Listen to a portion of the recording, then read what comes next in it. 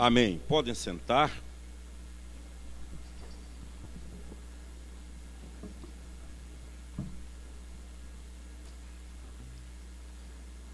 Uma coisa que sempre pedi a Deus nos meus quase 40 anos de ministério foi que nunca me faltasse coragem para dizer a verdade, para pregar a verdade, a despeito de mim mesmo, apesar de mim mesmo.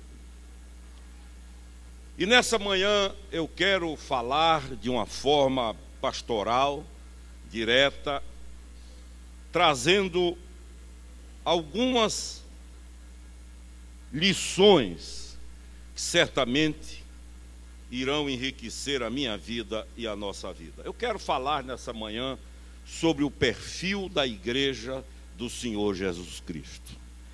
Ela não é uma coisa qualquer, ela não é, permitam-me a expressão, um samba do crioulo doido, onde cada um diz o que quer, faz o que quer, pensa do jeito que quer.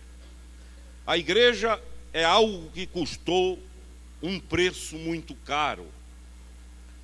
E eu digo isso porque nos últimos 15 ou 20 dias nós temos sido atingidos por uma avalanche de informações trazidas pela mídia em todas as suas dimensões, que tem deixado muitas pessoas, muitos irmãos parados, pensativos e cheios de questionamentos.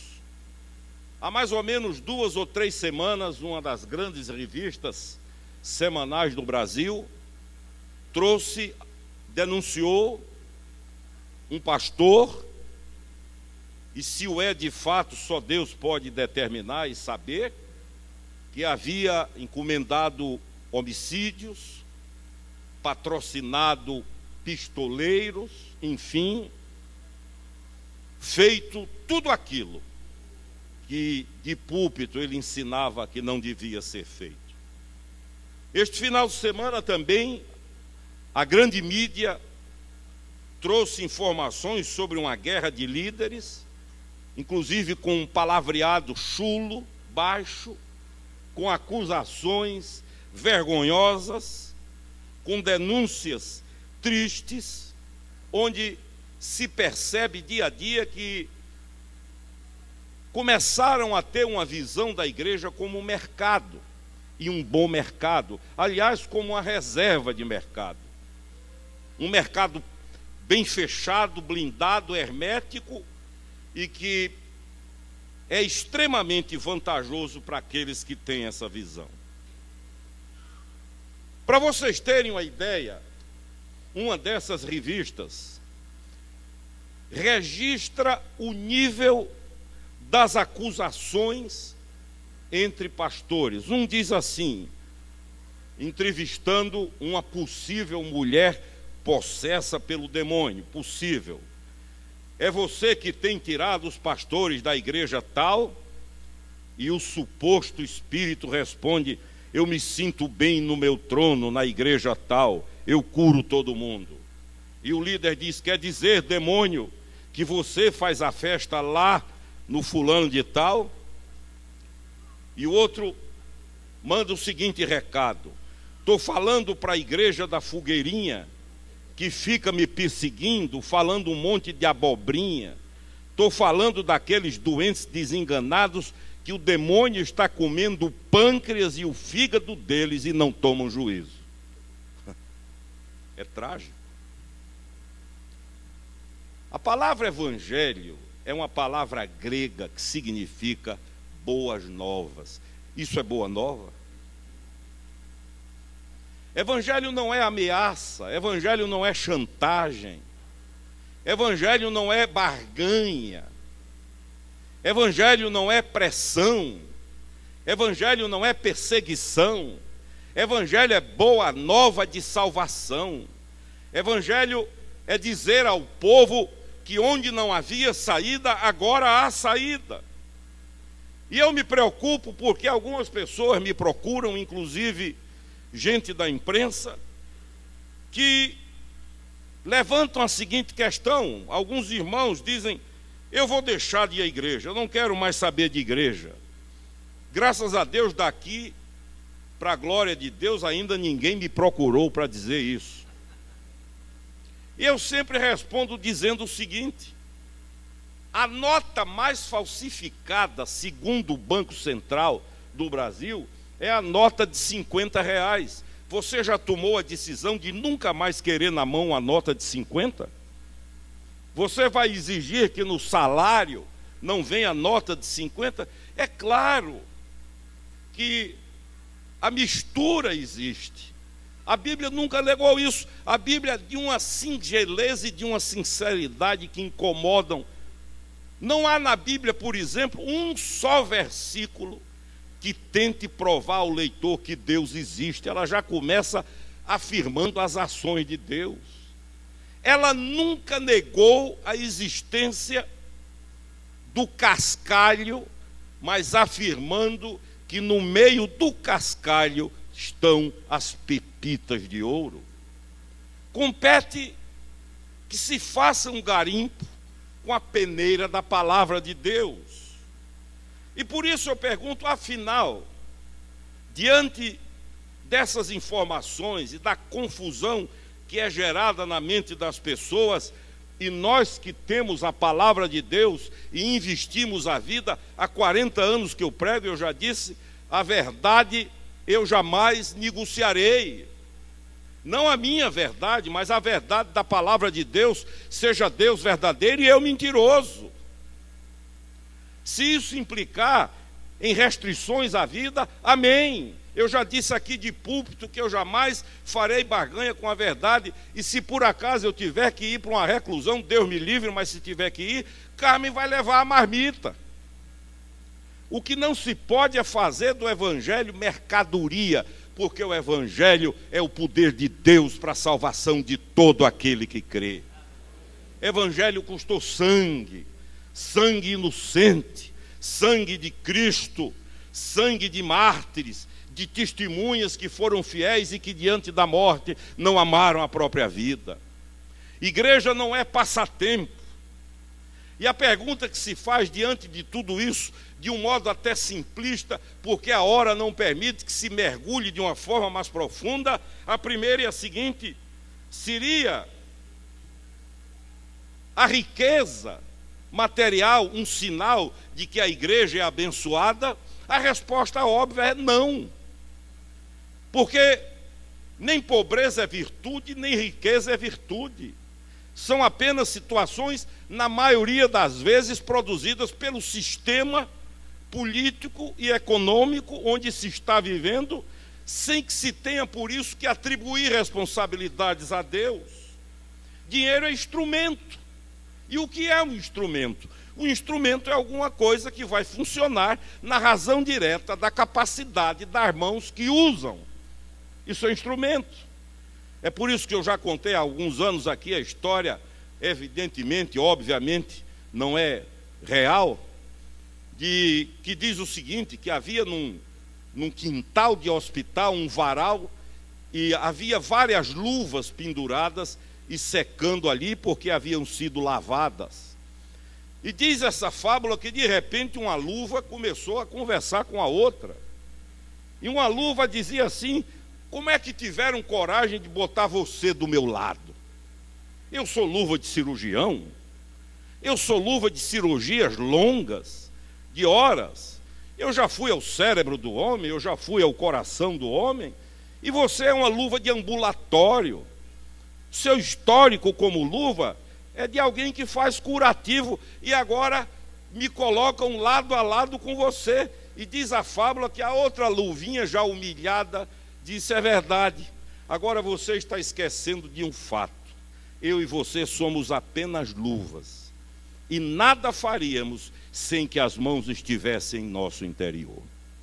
Se você pega a luva e coloca a mão de um médico, ela vai gerar vida, cura e bênção. Se você pega a mesma luva e coloca a mão de um criminoso, ela vai destruir, ela vai matar, ela vai arrasar. Então, O mesmo raciocínio aplica-se a dinheiro. Pode ser uma bênção e pode ser uma maldição. É um instrumento, é um meio que viabiliza, que facilita. A Bíblia não diz nada contra ele, a não ser quando se tem amor. E amor, do ponto de vista bíblico, é algo muito sagrado para ser direcionado à coisa. É por isso que o apóstolo Paulo diz a Timóteo que o amor ao dinheiro, ele é a raiz de todos ou de muitos males. O amor. E mais, quando lemos o livro de Apocalipse, descobrimos que das 7 igrejas, a que recebeu o maior elogio do Senhor foi a mais desprovida de recursos, que foi a igreja de Filadélfia. A respeito dela, diz o Senhor que ela guardou a palavra, que ela foi fiel à palavra. É um dos textos mais bonitos da Bíblia, diz: porque guardaste a palavra da minha perseverança, também eu te guardarei na hora da tribulação. Essa é a igreja de Filadélfia. Nunca a igreja esteve tão bem de dinheiro e tão mal de poder. Essa é que é a verdade. Como dizer hoje o que Pedro disse à entrada do templo: não tenho ouro nem prata, mas o que tenho te dou, em nome de Jesus, levanta-te e anda. E o paralítico andou. A nossa crise não é essa. A nossa crise, eu falo em tese não especificamente desta comunidade, é a crise de uma relação com Deus, de uma intimidade com Deus, do poder de Deus em nossa vida. A segunda pergunta que se faz seria esta: será que milagres são sinais e evidências de que a igreja é de Deus ou é uma igreja abençoada? Não. A Bíblia nos fala que quando Moisés começou a confrontar Faraó, ele foi com Arão, e dos milagres que ele operou, os magos, os feiticeiros do Egito, fizeram 6. Eles jogaram as varas que se transformaram em cobras, eles fizeram a mesma coisa. Eles pegaram as cobras que se transformaram em varas, eles fizeram a mesma coisa. E essa, entre aspas, competição de milagres durou até a 6ª prova. Quando nós lemos sobre o banquete de Belsazar, onde aparece uma mão que escreve na parede, e ele observa que é um idioma estranho, uma língua que ele nunca viu, que é um vocabulário que ele nunca conheceu na vida. Ele então, Belsazar, em Babilônia, manda chamar feiticeiros, magos, quiromantes, necromantes, para que leiam a Escritura, e eles tentaram e disseram ao rei Belsazar: não tem jeito, não conhecemos, mas nós fomos informados que há aí entre os escravos de Israel um jovem que pode, mandam chamar Daniel. Mas o que eu quero ressaltar é que na corte de Babilônia havia gente que operava sinais e prodígios. De modo que o segredo do milagre não é o milagre, mas de onde ele vem. Uma vez alguém me disse: a mulher fulana de tal é cheia do Espírito. Eu disse: de que Espírito? Porque o negócio não é ser cheia do Espírito, é saber se é cheia do Espírito Santo de Deus. Então, sinais não significam nada. E houve um indivíduo no Novo Testamento, no ministério do apóstolo Paulo, que tentou juntar as duas coisas, milagres e dinheiro. Foi um tal de Simão. Ele anda, ele acompanha, ele observa leprosos sendo curados, paralíticos andando, sinais extraordinários, possessos libertos. Ele então procura os apóstolos e diz: quanto querem para que eu também possa fazer isso? De modo que essa história é antiga. Ofereceu dinheiro, e o apóstolo olhou para ele e disse que ele partisse dali, e disse: você não tem parte nesse ministério, isso aqui é coisa séria, isso aqui não é brincadeira. Então, Será que o sinal de que a igreja é uma igreja abençoada seria quando ela assumisse a liderança política? Há alguns anos alguém me perguntou assim: o senhor gostaria que um evangélico fosse presidente da República? Eu disse: Deus me livre. Pela visão que se tem de vida. A igreja cresceu muito mais debaixo de perseguição do que na crista da onda. Foi o calor, o abafa da perseguição que produziu os crescimentos mais sadios. Vejam a igreja primitiva, que já começa a ser perseguida na noite que nasce. Vejam as igrejas perseguidas do leste europeu durante os regimes totalitários, sangue derramado, templos destruídos, gente perseguida. O Dr. Richard von Wurmbrand, autor do livro Torturados por Amor a Cristo, passou 14 anos preso sob tortura, longe da sua esposa Sabrina. Mas foi a época em que a igreja mais cresceu. É sob perseguição, sobre o incômodo da opinião pública e não sob as almofadas e tapetes que a opinião pública estende, que ela tem crescido, infelizmente, porque a perseguição purifica. Então, o fato de assumir liderança não quer dizer que vamos bem, e por isso há que se estabelecer uma diferença entre inchaço e crescimento. Crescimento verdadeiro implica em quantidade e qualidade. Crescimento desordenado é câncer. É uma célula que cresce de forma desordenada, descontrolada, e Deus não quer isso para a nossa vida. Agora, queridos, qual é o perfil da Igreja de Cristo, para a gente não ficar mais andando nesse lixão que o noticiário está trazendo e que exala mau cheiro?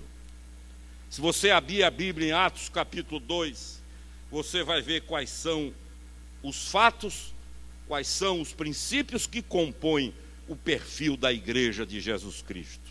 Ela não é uma instituição. Aliás, a história da igreja como instituição é triste, é perigosa, é suja, é corrupta, é assassina. Ela não é um edifício. A igreja do Senhor, olha aqui, ela é composta por vidas redimidas e lavadas no sangue de Jesus Cristo. Estejam onde estiverem. Não é a garagem que faz o automóvel. Não é o fato de estar num templo que gera um cristão. Derrubem-se os templos e o verdadeiro cristão permanece.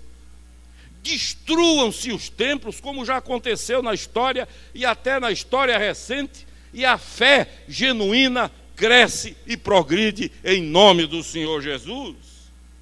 A primeira característica, segundo o apóstolo Paulo, da igreja do Senhor Jesus, é que ela é uma igreja que persevera na doutrina. Ela é perseverante, ela não desiste, ela insiste, ela é teimosa.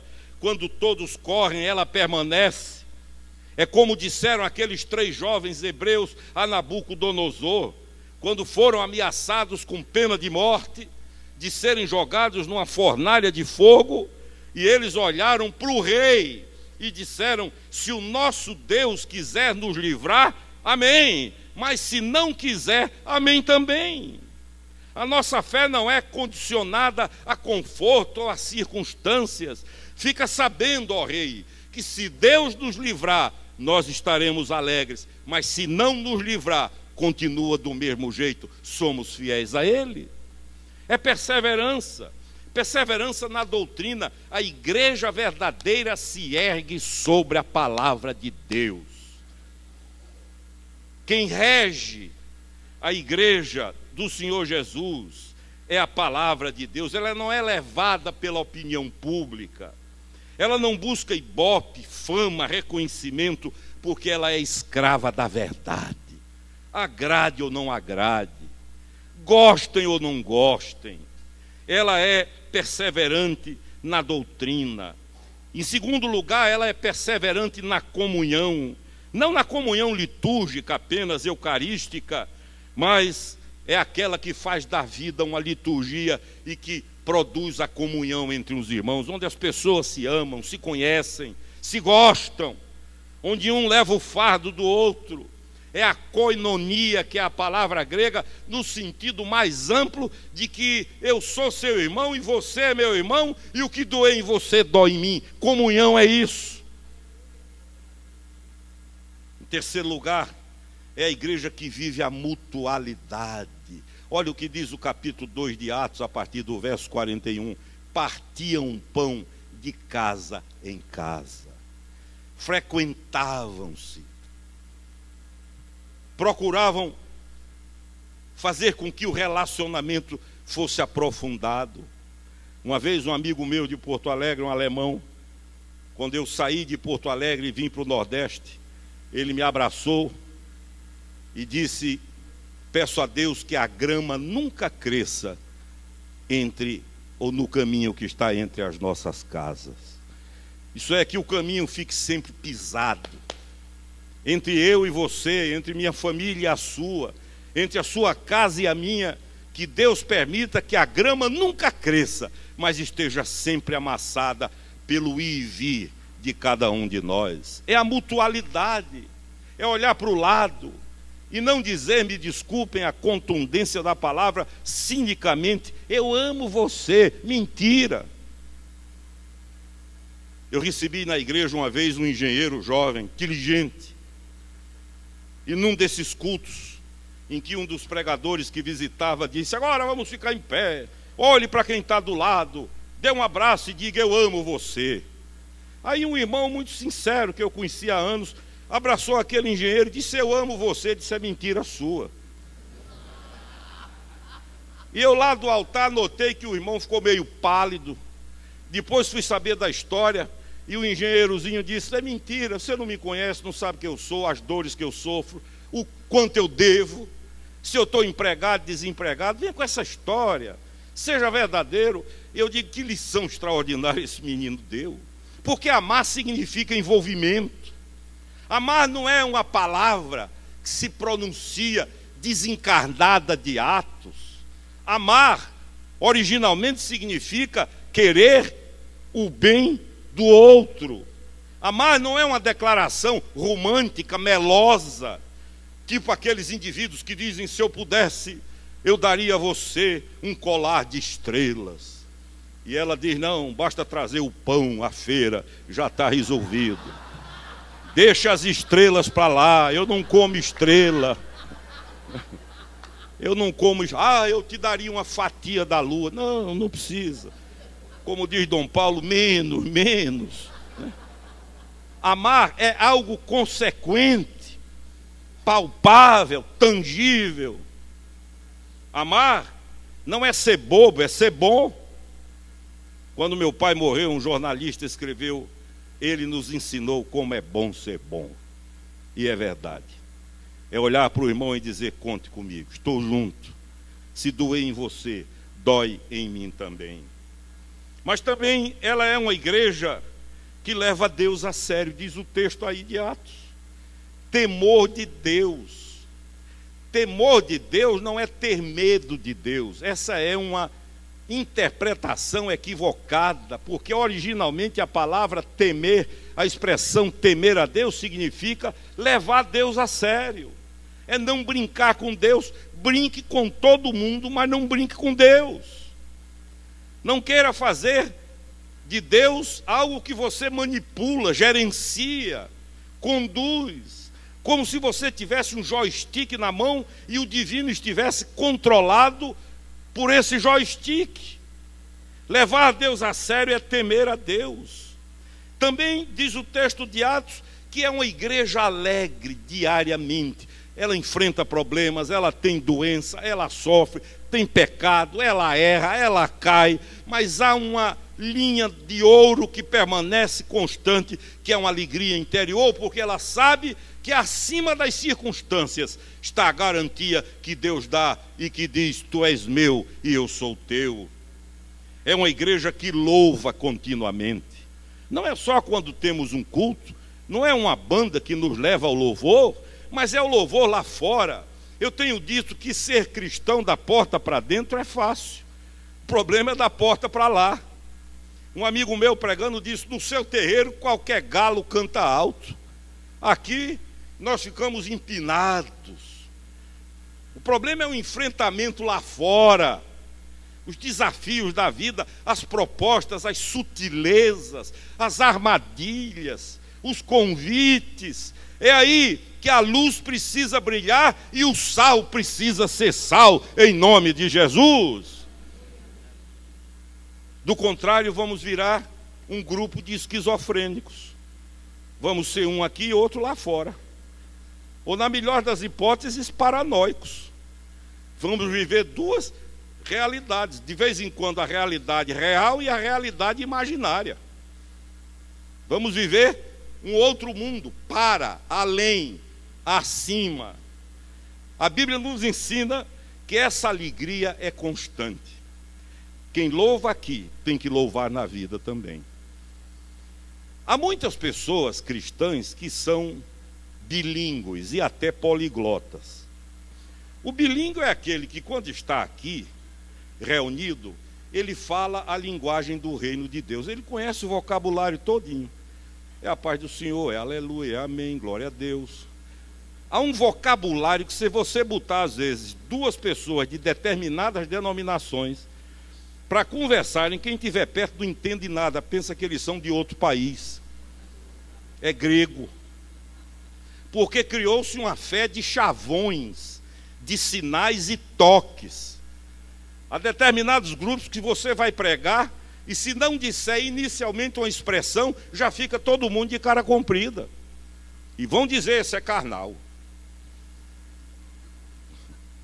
Então é uma fé pré-moldada. E nós temos que aprender que não se louva a Deus somente quando estamos cantando aqui. O que é que os bilíngues fazem? É isso. Aqui é aleluia, amém, glória a Deus, eu te amo. Quando chega lá fora, houve uma piada suja, ele conta uma pior. É mais ou menos a filosofia, para quem conhece um pouco do mundo animal, do macaco. Ele se adapta ao meio. E o poliglota é pior, porque onde ele chegar, ele se encaixa.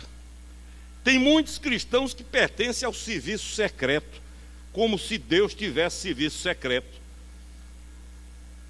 Trabalham 20 anos e ninguém sabe que ele é cristão ou que ele é cristã no ambiente.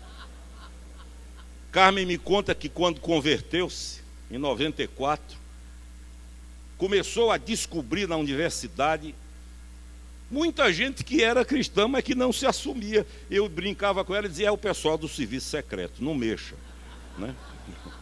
Essa é a turma da Interpol. Eles não podem se identificar.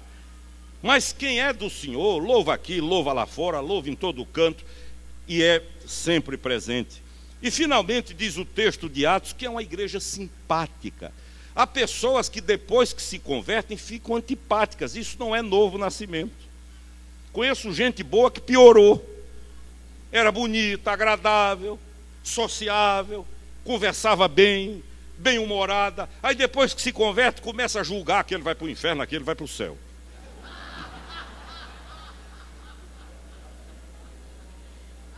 Senta-se num trono e transforma-se em magistrado da eternidade.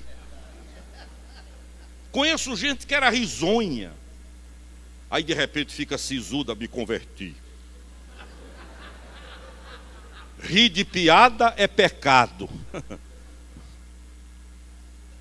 E vocês conhecem, não sou somente eu que conheço, não.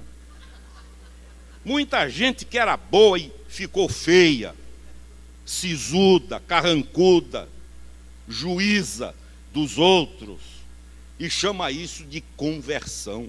Quem está lá fora e diz isso é conversão, Deus me livre. É como um rapaz que eu conheço que era prisioneiro, aí converteu-se, depois que libertou-se, foi para a igreja. Botaram tanta regra que ele disse a mim: pastor, eu saí de uma cadeia para outra. O que fizeram comigo foi somente transferir de prisão. Aí reúne o conselho, o jovem, fulano, olha, ele foi visto ali, estava bebendo alguma coisa. O que era? Ninguém sabe, mas o ato, né? Ninguém sabe. Mas o gesto era... Aí começa a paranoia ou a neurose, a doença se manifesta. Queridos, o livro de Atos, no capítulo 2, quando encerra, falando sobre a igreja, sabe o que é que diz lá? E contavam com a simpatia de todos. O indivíduo olhava de fora e dizia, mas que povo extraordinário, que gente boa, que vida bonita, eu quero ser aquilo ali. Qual é o segredo? Aí toma o evangelho, está lá, está escrito. Contavam com a simpatia, eram queridos, não eram antipatizados, não era como um grupo de ET sobre a terra, Isso é a igreja do Senhor. Ela segue a Jesus pelo que Ele é e não pelo que Ele faz. Ela é fiel na vida e na morte. Ela não busca vantagens. Ela tem consciência de que sua pátria não é aqui, é lá. Ela sabe que o Deus a quem serve está sempre com ela. Você sabe que onde você estiver, o Senhor Jesus estará com você? Ele disse a Isaac em Berseba, não temas, porque eu sou contigo e abençoar-te-ei. Ele disse a Jacó em Betel, eis que eu estou contigo e te guardarei por onde quer que fores. Ele disse a Josué à margem do Jordão, como fui com Moisés, assim serei contigo. Ele disse ao menino Davi, recém-instalado no trono de Israel, faça tudo o que está no seu coração, porque eu sou com você. Ele disse ao profeta Jeremias, chamado a um ministério que tornaria sua vida miserável e sob constante ameaça, não temas diante deles, porque eu sou contigo para te livrar. Ele disse a Ageu, através de Ageu, aos escravos exilados, eu sou convosco. Ele disse aos discípulos enviados a pregarem o evangelho, eis que eu estarei convosco todos os dias, até a consumação dos séculos. Ele disse a Paulo, na cidade de Corinto, não temas, ao contrário, fala e não te cales, porque eu estou contigo e ninguém ousará fazer-te mal. Esse é o líder da igreja. O cabeça da igreja não é o patriarca, não é o arcebispo, não é o primário, não é o bispo, não é presbítero, não é diácono. O cabeça da igreja é Jesus de Nazaré. Ele está acima de cânones, de regras, de tudo quanto se possa imaginar. Ele é o alfa, o ômega, o princípio e o fim, o Senhor de todos os senhores. Ele é único, Jesus é irrepetível. Há pessoas que pensam que estão fazendo um favor a Jesus seguindo. Ele agora deve estar seguindo. Alegre, eu cheguei, né?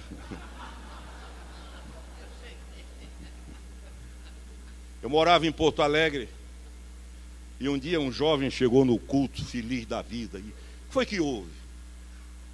Aí ele olhou para a gente e disse assim, acabei de receber a notícia que Tafarel, que era goleiro do Inter, converteu-se. E aí o pastor Moisés Cavalheira disse, que bom para Tafarel. E eu senti que dogou água na fervura do menino. Ele achava que ia ser uma grife para o céu. Ele achava que o Senhor Jesus ia dizer, puxa vida, Tafarel no meu time?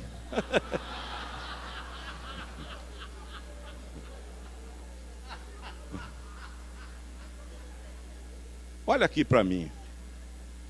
No reino de Deus, na igreja de Jesus, só há um insubstituível, chama-se Jesus de Nazaré, porque ele é irrepetível.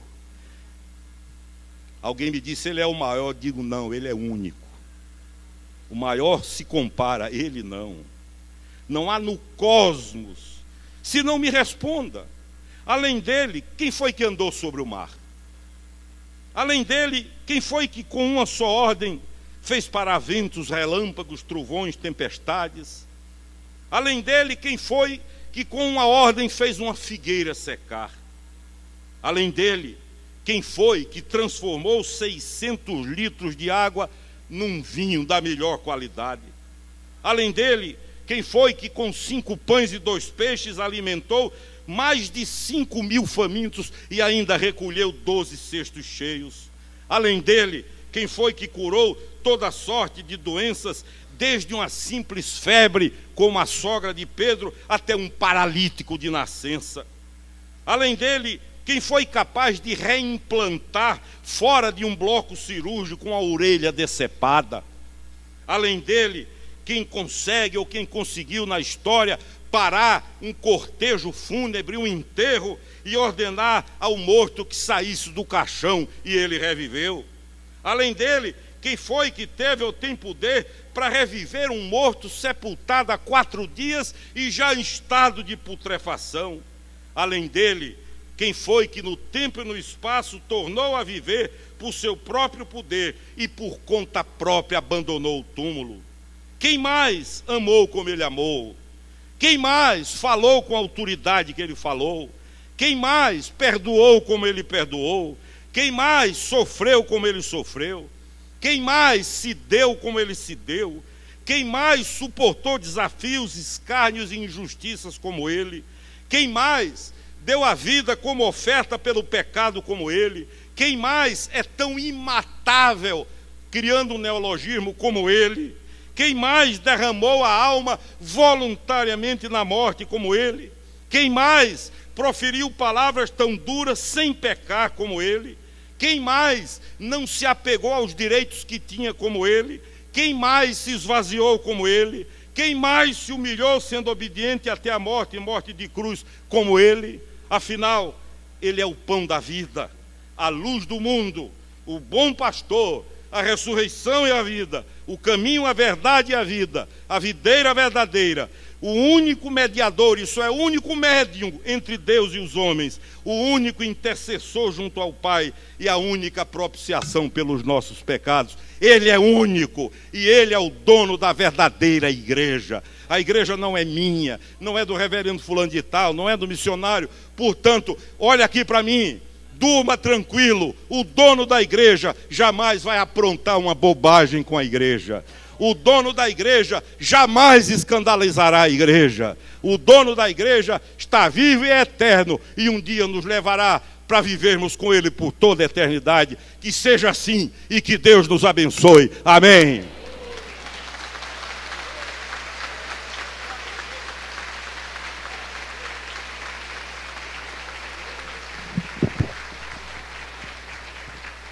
Vamos ficar em pé. Altair, eu gostaria que nós cantássemos um louvor de exaltação. Não vou chamar ninguém à frente hoje, mas eu quero que você abra o peito, solte a voz. E quando as pessoas chegarem para apontar falhas humanas, porque somos homens, somos carne, caímos, você resolva o assunto dizendo: o líder da minha igreja nunca fez e jamais fará nada assim. Quer saber o nome dele? Jesus Cristo. Ele é o Senhor da igreja. E é com ele que nós vamos. Caiam 1.000 de um lado, 10.000 do outro. Muitos escândalos ainda virão. Muita tristeza ainda acontecerá. É um sinal dos últimos dias. Mas à frente da igreja verdadeira segue o Rei dos Reis e o Senhor dos Senhores. A ele todo o nosso louvor e toda a glória. Vamos cantar. Ele exaltado, Rei exaltado nos céus, eu louvarei. Ele exaltado, para sempre exaltado, seu nome glorificarei.